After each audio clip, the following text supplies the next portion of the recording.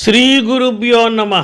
శ్రీరాముడి నామరూప గుణ లీలాధికాలను ఎక్కడ కీర్తిస్తారో గానం చేస్తారో అక్కడ ఆంజనేయ స్వామి అంజలి ఘటించి కన్నీళ్లతో నిల్చుని ఉంటాడట.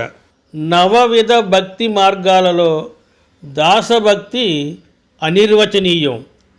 వామే భూసుత ఉరస్త హనుమాన్ పశ్చాద్వయో లక్ష్మణ అన్నారు.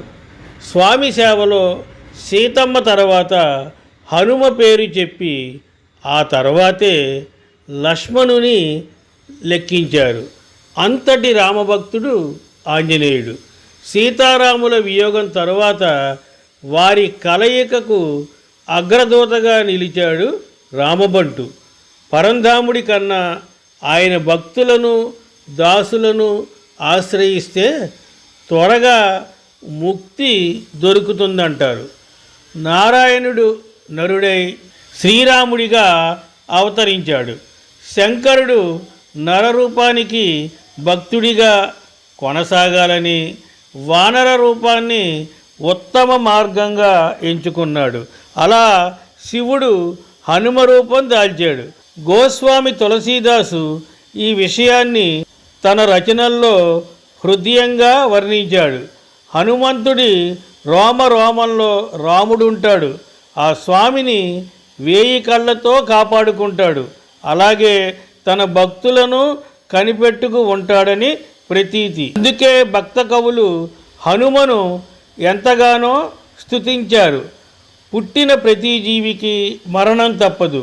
అలాగని అంత్యకాలంలో ముక్తి ఒక్కటే కాకుండా జీవన పర్యంతం బుద్ధి, బలం, కీర్తి, ధైర్యం, నిర్భయత్వం, ఆరోగ్యం, వివేకం, వాక్పటిమ అనే 8ంటిని ప్రసాదించే దైవం ఆంజనేయ స్వామి హనుమంతుడు. సీతమ్మకు హనుమ ముద్దుబిడ్డ. నిరంతరం ఆమెని సేవిస్తాడు. ఆ తల్లి నుదిటిపై సింధూరం ధరించడం చూసి ఈ తిలకం ఎందుకమ్మా అని అడిగాడు. ఇది మంగళదాయకం, సౌభాగ్యకరం. నేను ఇలా ధరిస్తే నీ స్వామి రామచంద్రుల ఆయువు పెరుగుతుంది అని అంది.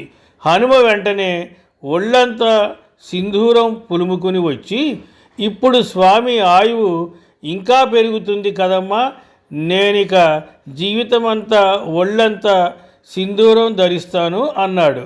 రావణుడు సీతను అపహరించాక ఆమె జాడ అంతుపట్టలేదు. సీతమ్మను వెతకగలిగిన వాడు హనుమంతుడు ఒక్కడేనని రాముడికి తెలుసు. ఒక ముని శాపం కారణంగా హనుమకు తన శక్తి తనకు తెలియదు.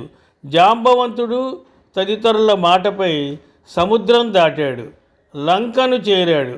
సీతమ్మ జాడ కనుగొని ఆమె ఇచ్చిన చూడామణిని తీసుకొచ్చి చూచితి సీతన్ అంటూ ఆనందంగా చెప్పాడు.